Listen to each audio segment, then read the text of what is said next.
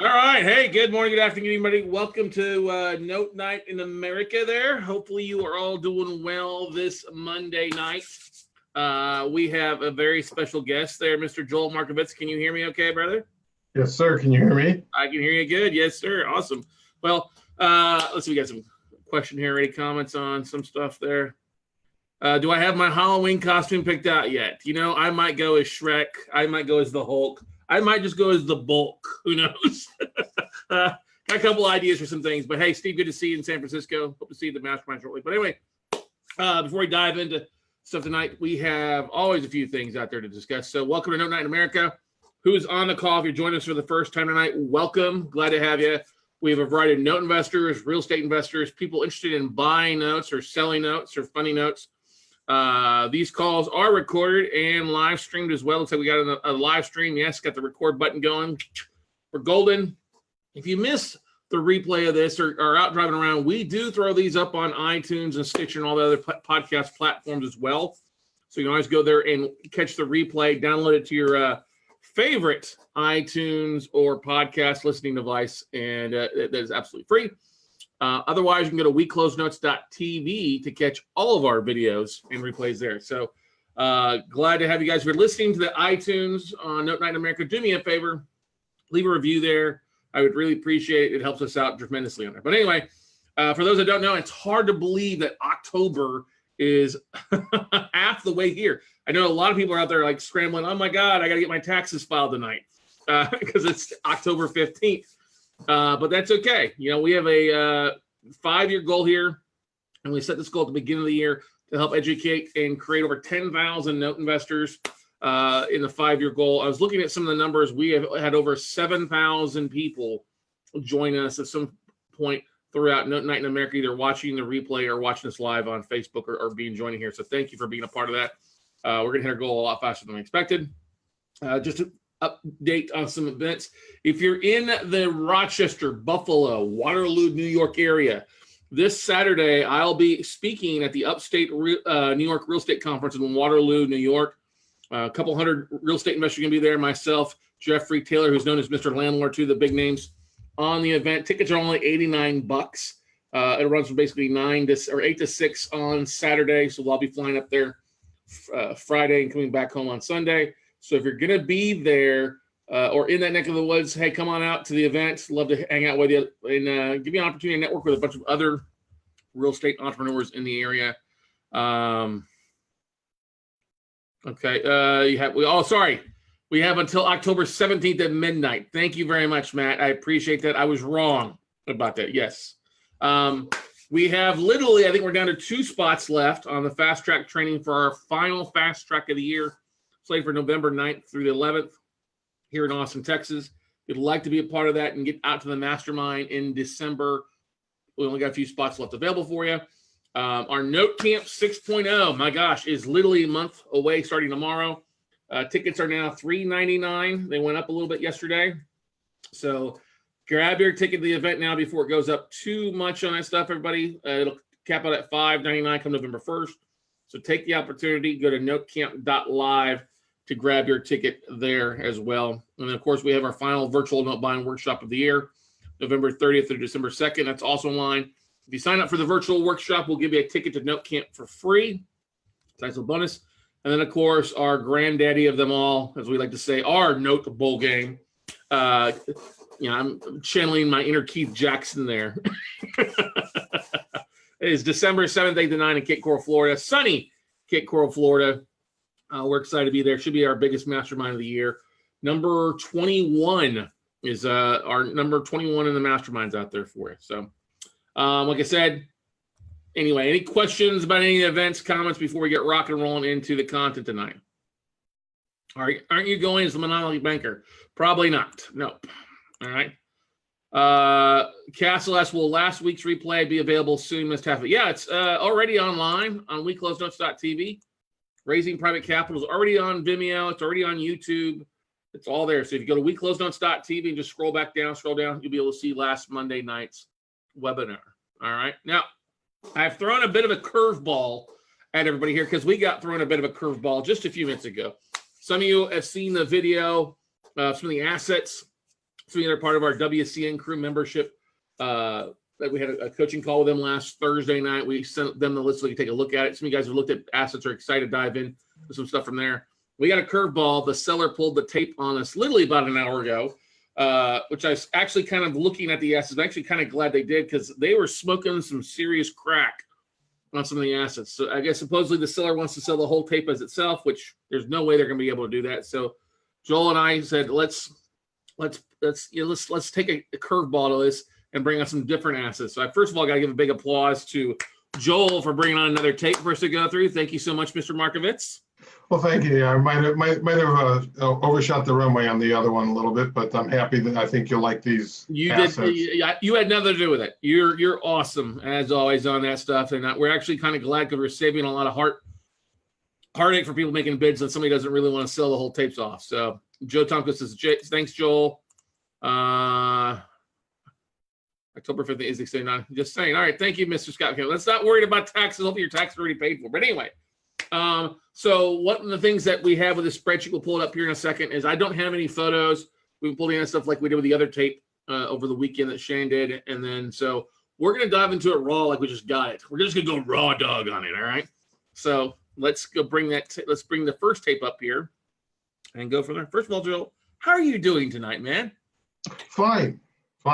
Just deal with the winds. It's a little windy out this way, but in comparison to what's going on in the rest of the country, pretty fortunate. Yeah, you are pretty fortunate there, Windy. It's like cold. It's got 43 degrees here in Austin, Texas. I'm the idiot wearing shorts and flip-flops to the office this morning in the rain. And, of course, everybody on the East Coast obviously dealing still with the aftermath of the hurricane, stuff like that. So for those of you who have family out there dealing with that, hey, our hearts go out to you.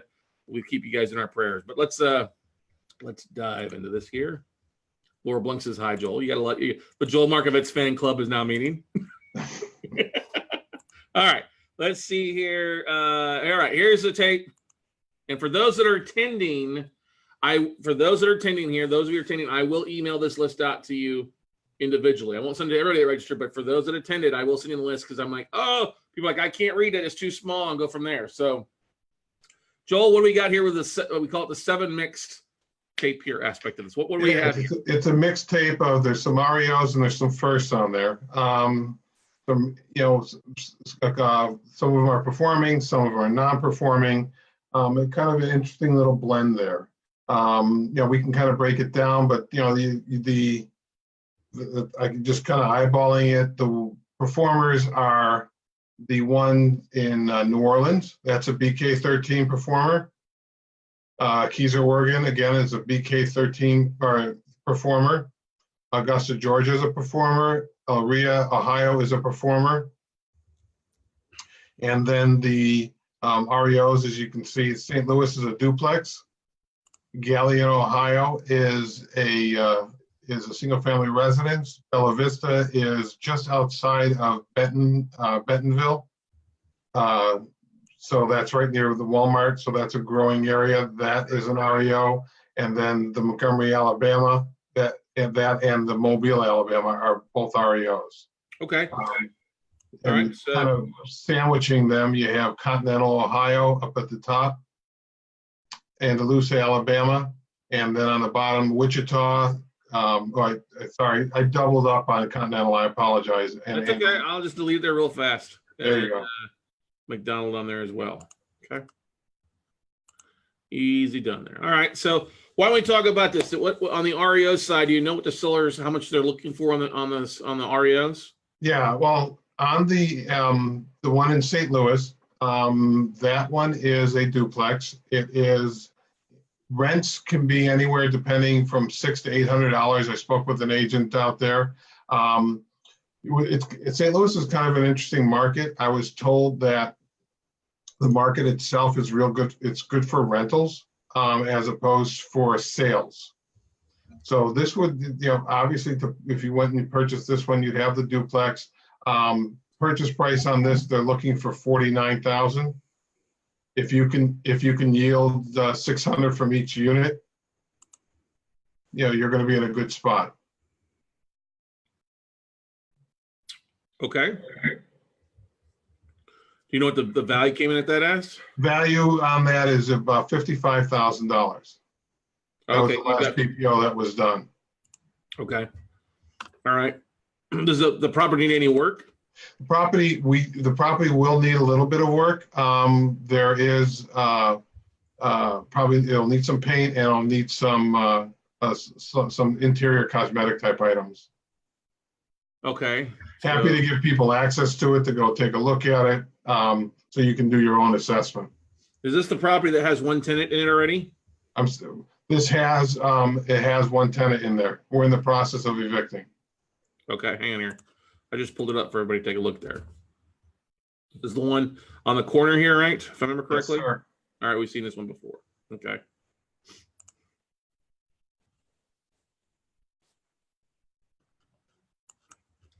The 45 or OBO. Right. Okay. Michael Sloan says, I live in St. Louis and would be interested in this one. Just finished a rehab in that zip code. All right. Best way to tell you right now, guys, best way to submit your bids is not into me. It's into Joel Markovitz. And what I will do is for those, I'll include his email and contact information in the email that I send out after the webinar tonight. So it makes it easy for you guys out there as well to reach out directly. Cool, Joel. Is that all right? That'd be great. Thank you. All right. All right. Let's move on then next. All right. So let me share it back to the spreadsheet. Okay.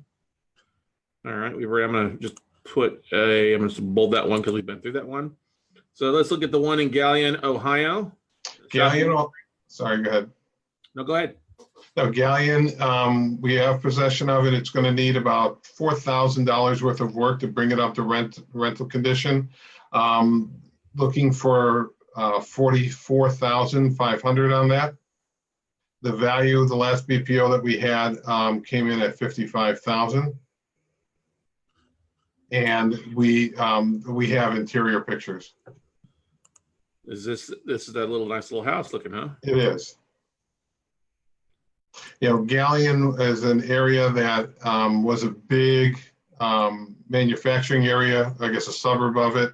And, you know, like a lot of stuff in Ohio and in eastern Pennsylvania or western Pennsylvania kind of went away. But it's a nice community, and as you can see, there's really nice bones on that one. So when you go inside, and I can show you the pictures, there's like wooden staircases, things of that nature. So the people that were living in did have some pride of ownership that just didn't follow through on payment plans and things like that, correct? Right, right. They actually they have a property like 3 blocks away that they're living in. Oh, really? Okay. All right, cool. Awesome. All right, let's go back to the other one. Let's go back and look at the others. All right. All right, this Halifax Lane in Bella Vista, Arkansas. You said outside of Bentonville. Yes, sir. That needs a little bit of work, but there's a lot of upside on it. This one probably there is an HOA in there. It's a small. I think it's less than $100. I can get all the particulars for it, but there is an HOA in the neighborhood. We have had power is on. We have some estimates coming in on what it's going to cost to bring it up. But our understanding is that the property itself will be at AVM is probably going to be around $115,000. It's probably going to take, you know, anywhere between 10 and 20,000 sale price on it. I can get that number for you. Okay. Doesn't look like it's a bad little area either. No, it's a really nice neighborhood. Really nice neighborhood. It's one of those houses that you can pick up, and then, you know, there's a lot of upside to it. Okay. All right, cool. Let's go back here.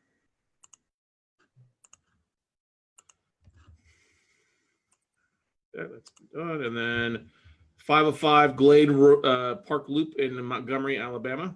Yeah. This is one of those, you're going to have to put some love into it.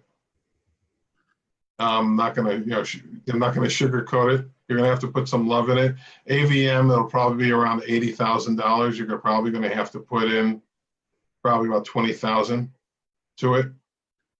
We have interior pictures, and there's probably like $3,000 worth of hauling it away and cleaning it, clean out costs. Okay. But again, it's in an area that can sustain the upside, upper value. So you said the values, once a little bit of work's gone into it, is about 80 grand. Correct. Right now, in the condition it's in, it's worth about 55,000. And what's the sales price? 50. I have to get it, but I think it's for 40. I think they're looking at 40,000 on it. Okay. All right. Let me go back here. That. Oops. Do you see the spreadsheet there? There we go. All right. And then the last REO is in Ward Road in Mobile, Alabama. Yes, sir. Now, I have spoken with an agent who's been there and been inside extensively. Going to need about $30,000 worth of work, but he feels that once it's been the work's been put into it, you can list it for what, 130. He would list it for 139.9. Okay. This one, is looking at a purchase price of about $85,000. Okay. If you're really good on your rehabs and your contracting costs, you can probably compress that down. But it's a big house, it's a big lot, and it's in a good neighborhood. Okay. I honestly think that whoever's selling these is smoking crack based on the pricing. Because if you're figuring this, and I just put this out there as a teaching aspect of things, if it's worth 139 after 30 grand repairs, and they want how much for it right now? 85. 85 plus 30, you're at 115, which is at, if you figure 115.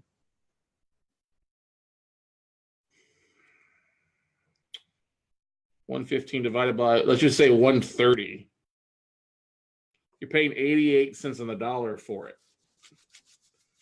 Which doesn't take too much uh-ohs for it to be overpriced.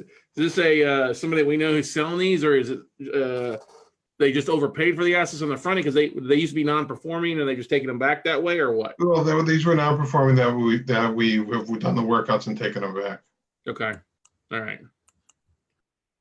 I just think that's more pricing for a retail buyer at 88 cents of where you need to be at once you have the repairs in versus an investment side. I mean, have the rents, not just on this one, but the rents are great. Okay, it's a little bit different story on some things, but that's still awful high for a lot of these REOs for the most part. So let's dive into the non-performing side at this point now and take a look at here. And I know you pulled this list together the last minute because our other one got pulled, but we just I just want to make sure out there everybody understands, kind of always make sure if you're going to rehab it, like you mentioned before, Joel, make sure you know your numbers, make sure you've got a good crew out there, because if you over rehab, you could really be upside down relatively quickly on any REO for the most part. So questions, comments from anybody out there? Okay.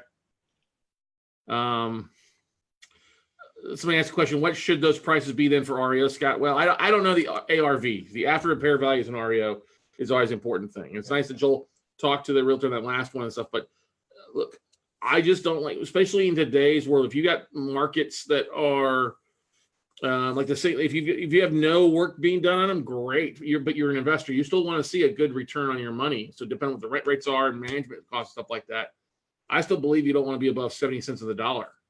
I know that may not be feasible of where it's at right now, but paying $49 for a $50,000 asset that you might as well be paying retail, or even at $55, but needs work. I know the rates is something that people want to look at to add to their portfolio, but you still got to look at it. What's it going to take you to get it up and running and go from there? And then rent rates, not the greatest thing. So let's dive into the non-performing side here and go from there. So let's start at the top here. Oh, actually, let's start at the bottom down here, and then we can just go back to the top then. So we got 919 South Emporia Street in Wichita, Kansas.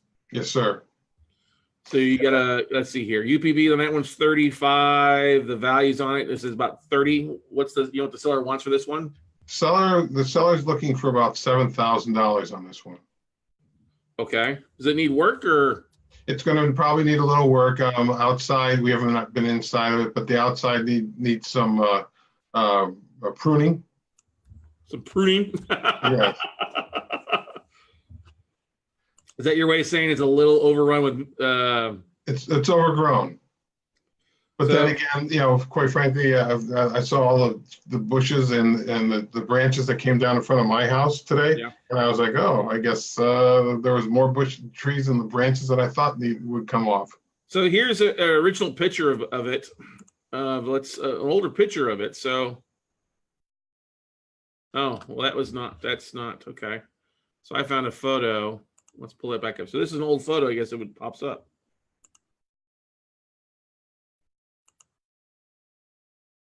It's a cute neighborhood. Mm-hmm. Older, you know, like a lot of the assets that we, you know, kind of cross our paths. Right. Okay. Kind of a craftsman style. Right. Question here. Pretty tight. Yeah. All right. So let's go back here. All right. So they want, let me just put this in here if we got escape.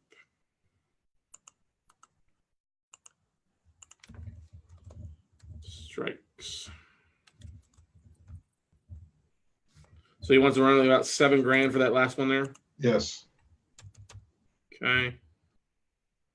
And then, do you mind with the sales price of the REOs again? I'll put those in there. Yeah. Let me email them to you just because that way I'll make sure they're accurate. Not a problem. All right. Let's dive to the top and go to Continental, Ohio, 78 Road 21. Yeah.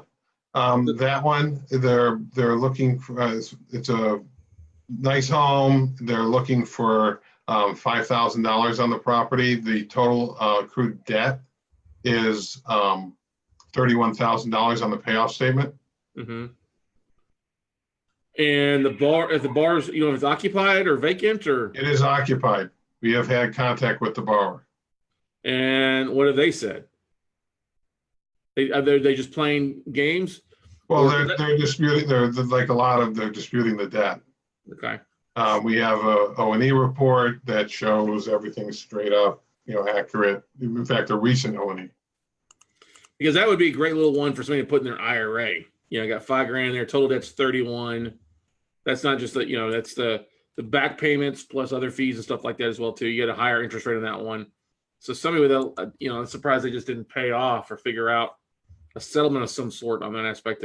Yeah, sometimes you get you get someone on the phone with you. Well, that was settled, or that was, you know, that was paid off, and they have no clue about what was paid off or wasn't. It's you know, so we have an O&E report shows that the lien is in effect, and quite frankly, we're going to move to foreclose.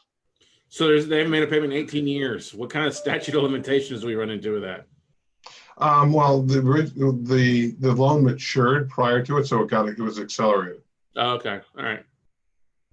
Cool. All right. Moving on to Andalusia, Alabama, 301 McDonald Street.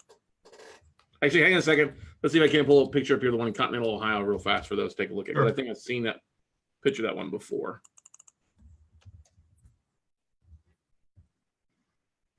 There's 101. Nope, don't have one for that. So let's go back to this.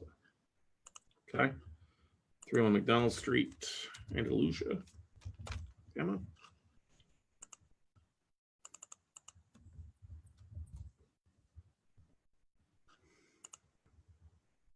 Do you need a weed whacker for this one?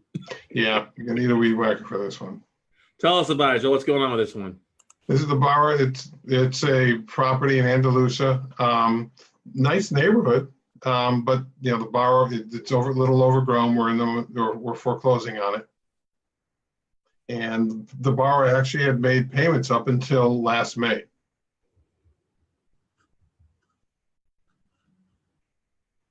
So Alabama, we're trying to work something out, but it looks like it's not going to. So we're moving to we're foreclosing on it. Okay. All right.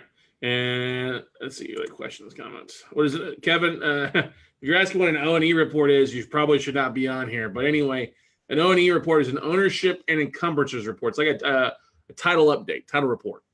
Not really a full title report, but it's basically looking at who's the current owner, any encumbrances, a title, liens, things like that.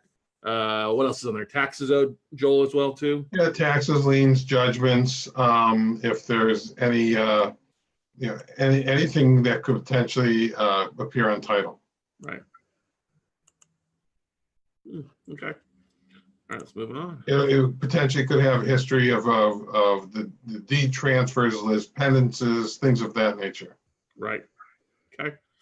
So that takes us through now we get into the performing loans. The one here in New Orleans, Louisiana. All right. Yeah, this borrower is in Chapter 13 bankruptcy. He got behind. He's been paying in bankruptcy on time, like clockwork. It is actually a duplex just outside the French Quarter, and the borrower is basically he lives in both units. Nice property, value on it. We had somebody go out to the property, and the value is about it's probably a little higher, but they had told us 321.8 at the time, so I'm left it at that. Okay. Do you know what the strike price is? Pardon me? Do you know what the sales or strike price you get the seller's looking for? I'll update everything for you. Okay. I'll get that for you. Okay. Let me let's take a look at this real fast, everybody. Huh?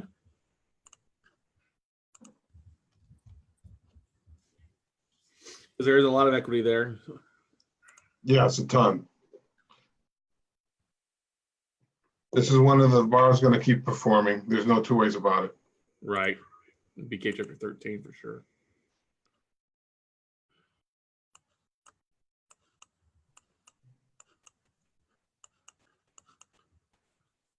There you go. You want a little duplex with a kind of funky colors in the neighborhood. Mm-hmm.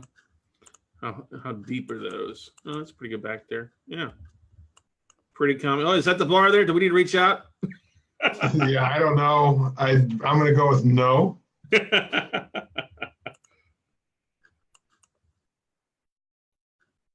All right. But it's just outside the French Quarter. Quite frankly, if he did default, I think that would be a benefit, because you take it back and it'll be a great Airbnb just outside the French Quarter. Fix it up. I mean, really nice. Exactly. All right. We go back to the spreadsheet here. All right, let's go to the one in Kaiser, Oregon. Verde Lane, Northeast. That's it. Nice house, nice area. The borrower, it's just outside of Salem. Borrower has been making payments since he filed like clockwork. I really think that he filed bankruptcy just so he wouldn't be in danger of someone not working with him. I mean, making his payments like clockwork, $1,099. Boom, boom, boom.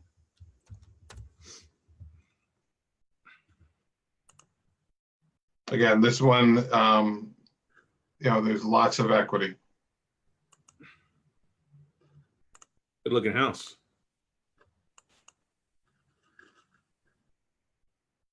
And that picture is taken from August of 2016. Right. So.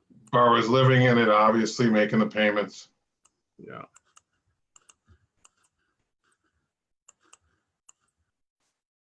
And it's BK Chapter 13. Okay.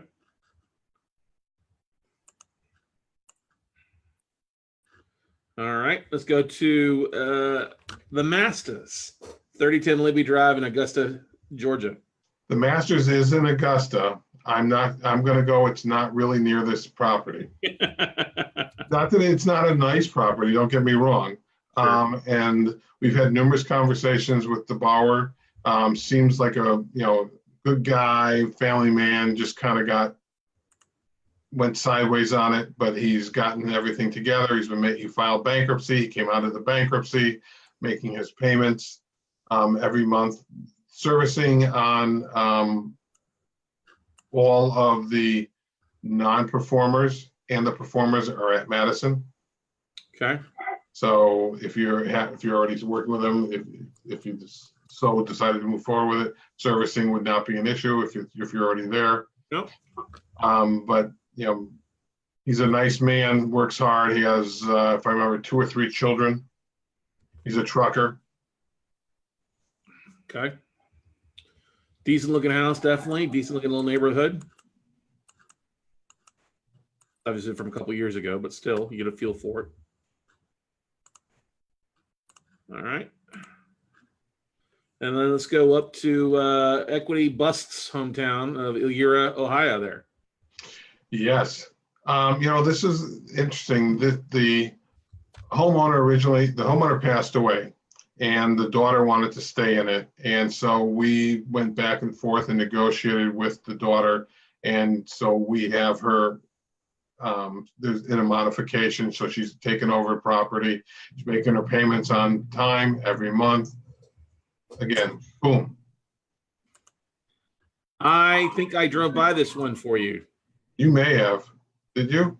Yeah, I think I did. After a while, some when you get so many in so many states, they start to blend. Yeah. Yeah. So she's taking over payments. Okay. Yeah, payments, and they've been made consistently. On all these, we have all the performers could provide updated pay histories easily. Okay. I didn't see the neighborhood. Yeah, I remember this one. Yeah. Yeah, we drove by this during our Ohio Roadshow in August, September. Okay. Cool. All right, so that's those. Then we got some contract for deeds too, correct, Joel? We do. All right, let me pull those up here.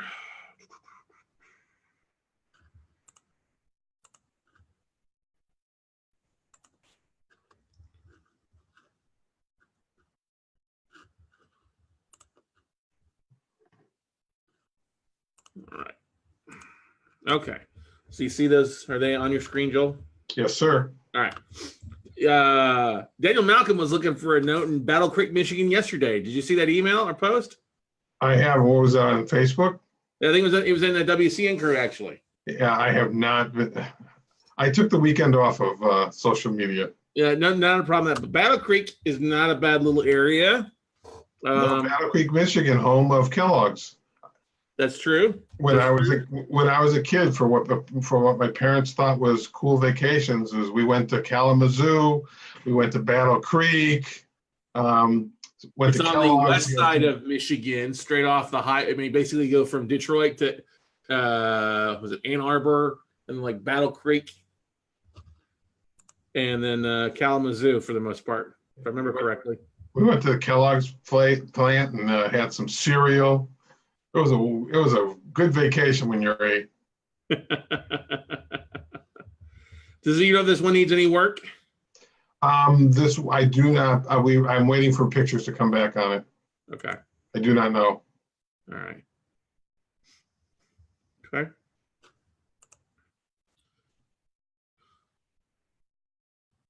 All right. There. Did I share that or not? Did I share the photos? Oh, sorry guys. I thought I shared my screen. There you go. That's what I'm looking around. Did I drive by this one for you too? Can't remember if I did or didn't. I don't think so. Probably no, not. I don't think I did on this one. Okay. Joe Tomko asks, is Gary, Indiana, good area to invest, or does it vary by neighborhood? It varies by neighborhood, everybody. In Gary, for sure. All right, so let's move back here. All right, Dayton, got a couple in Dayton, Ohio here. And are these first ones on the top? Are they more REOs now? Yeah, these are REOs. They're not. There's nobody in them. Okay. And you have numbers on those, or we are not pulled on since we just pulled these up? I do have numbers that I can provide. Okay. So on that, or do you have that on the one? Just look. I don't have access, but I'll post it to you, and you can put it on the. Okay. And then, so what do we see for 2313 Eastview Avenue? The 4-1, pretty good size, 1,500 square foot house. Yeah. I mean, some of these are, you know, it's always interesting. I saw a tape that had some CFDs on it, and a couple of them were like 2,400 square foot homes. Nice. Yeah, pretty good size ones. Well, they were all performing. I mean, really nice homes. Yeah. So here's this one in Eastview. Oh, good size 2-story house there. Let me share the image. It'd help if I share the image, right, everybody?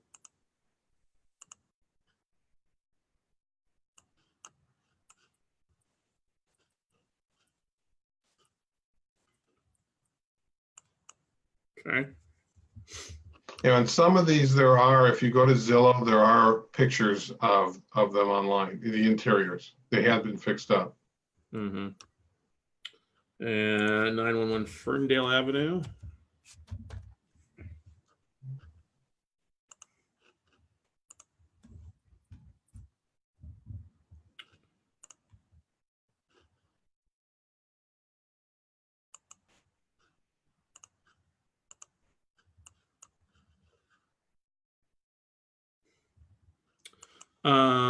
What's funny is I think I remember this one.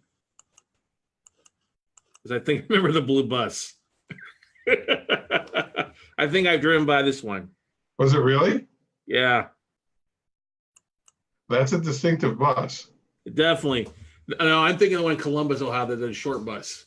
Okay. The Coit drive that you and I talked about a while back. Okay, yeah, they had two different things. Yeah, no, so, okay. All right. Let's move back here and share. Back to spreadsheet. Okay. Look at the one in Illinois Avenue. Usually have more information for you guys if you join us here on one of these, but we got, like I said before, we had a different list and that was pulled from us. So we jumped on here to go through and kind of pull some of these other assets as well. Take a look at the Joel had available for sale too. So unfortunately happens. 339 Illinois Avenue. There isn't any asset on this CFD tape that I don't like. I've done some background on them, especially on the performing side, but they're not, I've seen CFDs in the past where you look and you wonder, if a good strong wind comes, if it come crashing down. Yeah. These are kind of a little bit larger, not like the 722 square feet, 950 square feet properties. These are a little bit more substantial. Yeah, they're pretty good size, for sure. Yeah. Okay. Come on, computer. There we go. All right. So, and then we have one last one here, Tyson Avenue, which is vacant, or it's a REO basically.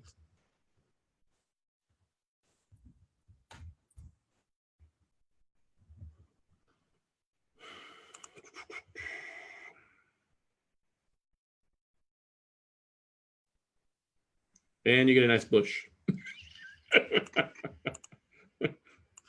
Head for the mountains of bush. Where the heck did we go there?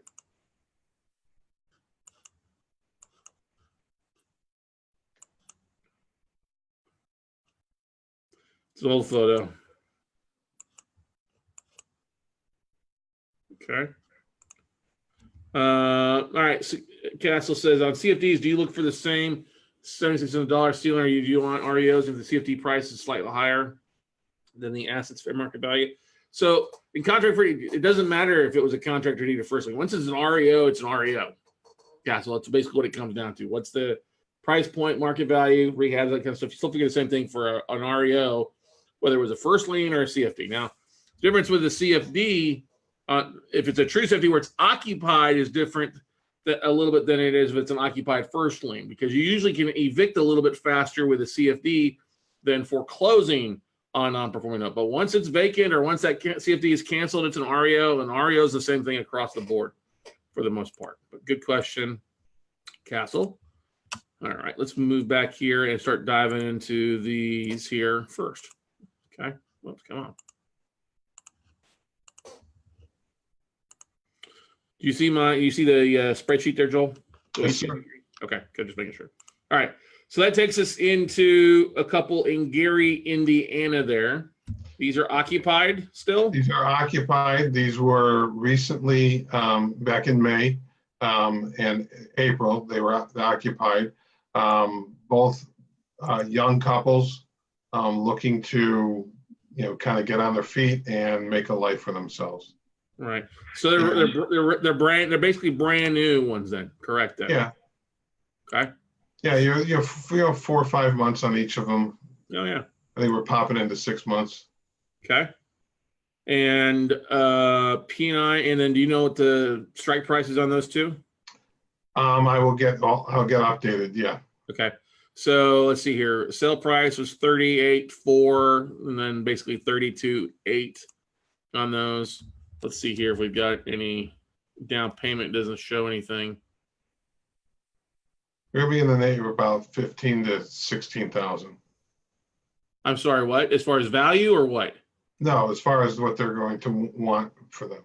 Oh, yeah, okay, yeah, okay. Sorry, 15 to 16,000 of those. Okay, so that's actually not bad.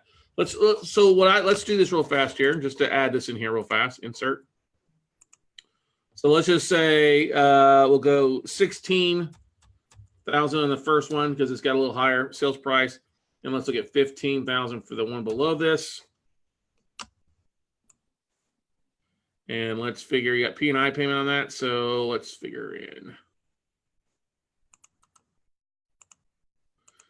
Is equal to this times 12.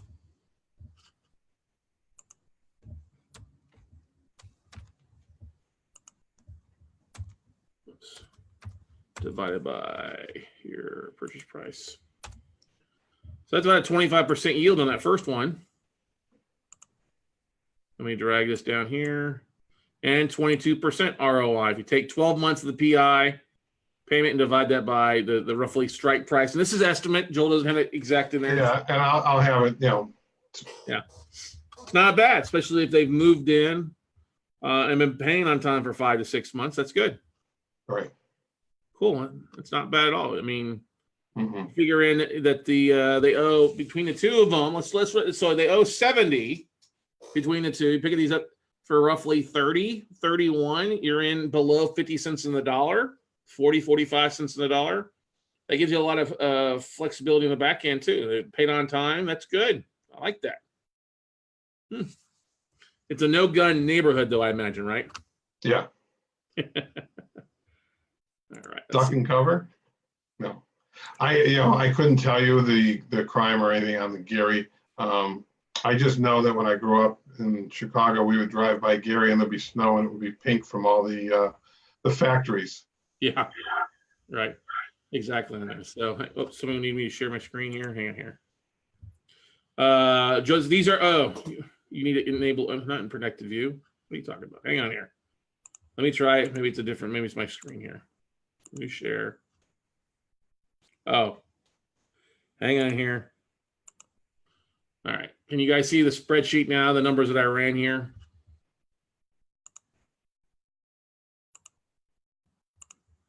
All right, cool. I guess I was sharing the wrong spreadsheet. But anyway, so basically 16 or 15 roughly is what Joel said they're looking for.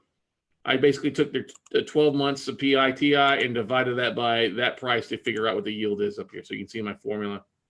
P8 times 12 divided by R8. And then same thing, P9 times 12 divided by R9. That's not bad.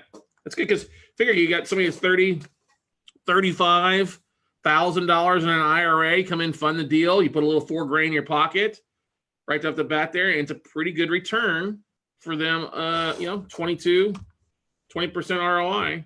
It's not a bad way to split it. Then you got a bunch of backside equity on the back end as well. All right, cool. Good stuff. Let's move on here to the one in Lansing, Michigan. Okay. 1044 Ontario Street. What can you tell? This is non-performing, Joel? Or Ariel? This is non-performing, similar to the group above. Okay. Awesome. All right. Let's look at that one real fast. I didn't look at the Dayton ones or the Gary ones. You guys can do searches that. Lansing, Michigan. Let's pull this up.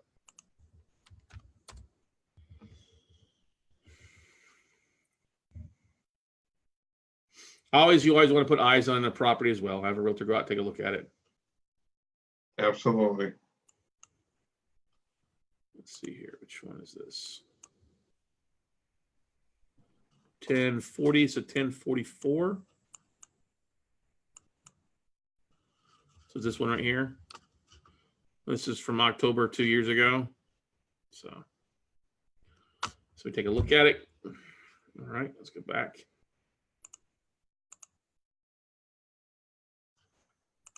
Close on questions. Michael Jones, 339 Illinois Avenue, Dayton, Ohio. Price suggestion.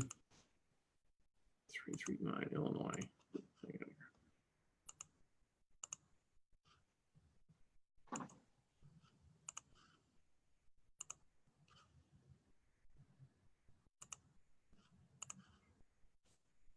Okay.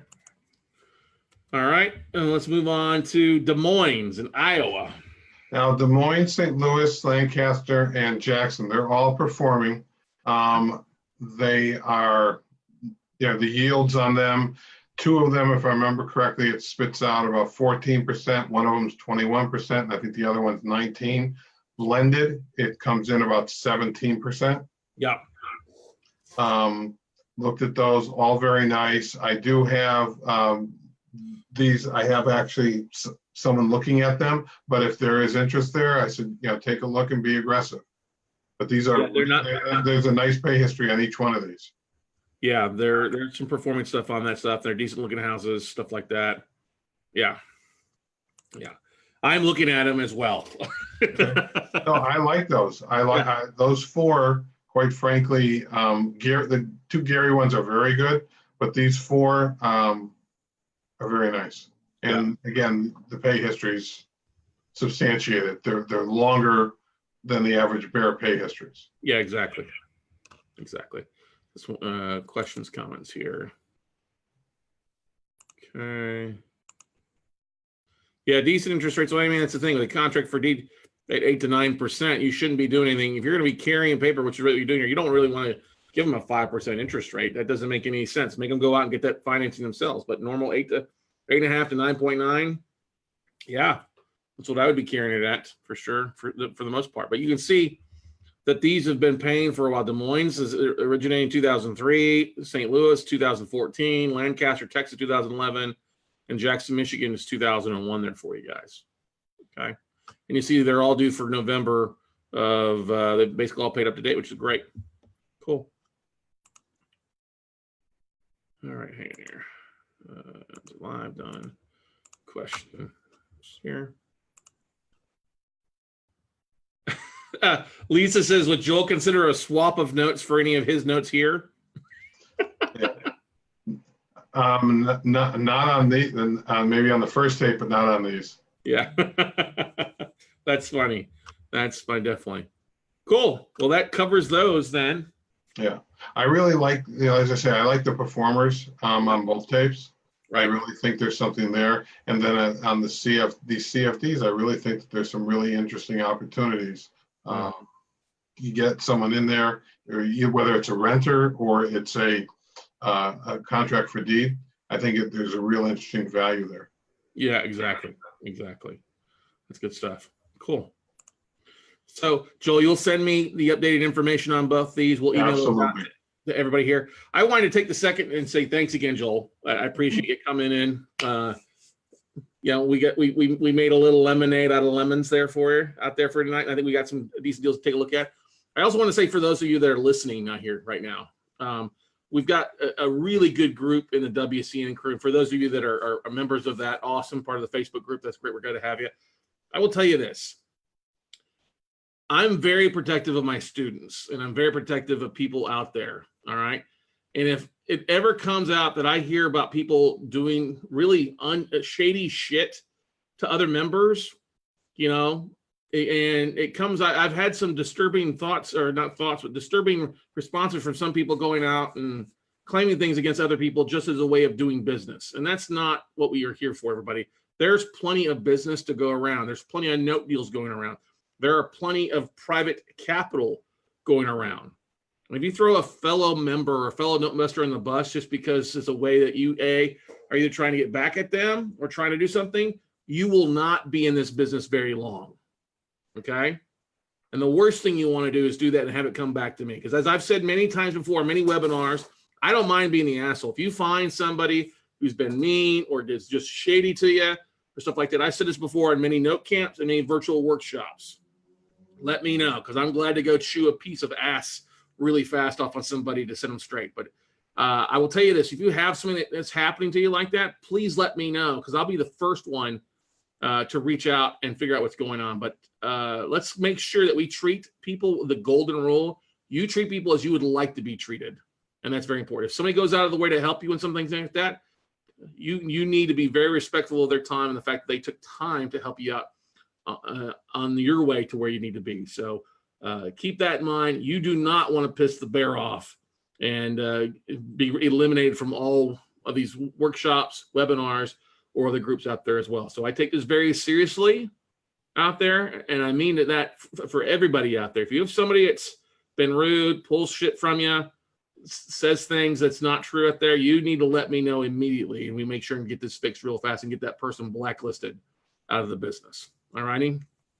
Questions, comments, concerns here for you. Yep. Let's see here.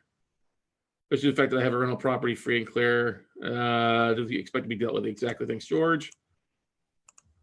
All right. See, Roger, that question was due to the fact that I have a rental property free and clear with long-term renter in place. We may sign a CFD for 15% higher than fair market value to see if I can make it attractive, worthwhile for a note buyer, or just sell beneficial interest as trust to a note buyer who could rent it out for a while. Cass, let's just drop me an email at that. I will tell you this: I do not think it's a smart thing to sell an asset above just a few percentage points above the actual value. Trying to sell it for 15% above value and then trying to sell that note off, the note investor is going to come back and discount it to what the value of the property is. They're not going to give you extra because you sold it owner financing above. So I think that's a very, very bad way of doing business, because there are a lot of people out there that teach owner financing. They say, oh, you can sell it for 10, 15% higher than what the actual value of the property is because you're the bank. Well, you can, but just don't ever expect to sell that note off at a price that is above value for the most part. All right. Good stuff, Paul. Good stuff, Cedric. Thanks, Lisa. Awesome. Joel, we're right at an hour, bud. Thanks for being a part here, man. Thank you. I appreciate you having me on, and hopefully we'll have some new things, new assets in the coming weeks that we can do this again. Yeah, exactly. We definitely look forward, because especially, are you starting to see a little bit more stuff pop up here as we dive in the beginning of the fourth quarter? I am. I'm going through a new portfolio right now of about 40 new assets from a fund, but I want, what I do is when I get them, I go through them. I make sure that there's no, as many blemishes as I can get through before someone going to due diligence. So when we come, we know exactly what we're talking about. Mm-hmm. Exactly. So that's coming. That'll be coming. And I have some other couple things that we're working on. Awesome. Good stuff. Well, and obviously, if there's any questions, I'm sorry, any questions on if I can help on servicing and loss mitigation, obviously the law office of Daniel Singer, we're happy to help. Yeah, and Joel will be speaking at NoteCamp here in a month as well. Are you, Gail Lanois says I'm a Joel groupie too. Thank you. Some more questions, comments here. Hang on here. Jeff asked, will we be able to get those strike prices? Yes, as we've said a couple of times before, Jeff, he'll work on those and get those out to me, and I'll get those emailed out to those that attended. Okay? Absolutely. Awesome. All right, guys and gals, that's going to wrap it up for this episode of Note Night in America. And we will get these out to you as soon as we can. So look for them tomorrow. We won't be doing it tonight. We'll be looking for it tomorrow out to each of everybody that attended here live. But once again, thanks for joining us here. Joel, have a great evening. Give my best to Donna. Really enjoyed having dinner with you 2 weeks ago. It was great, man. Great catching up. I can't believe it was 2 weeks. I know, man. Time flies when you're having fun, or you're busier than a one-legged man in an ass-kicking contest. That's it. We'll see you later, bro. Be well. Take care, guys.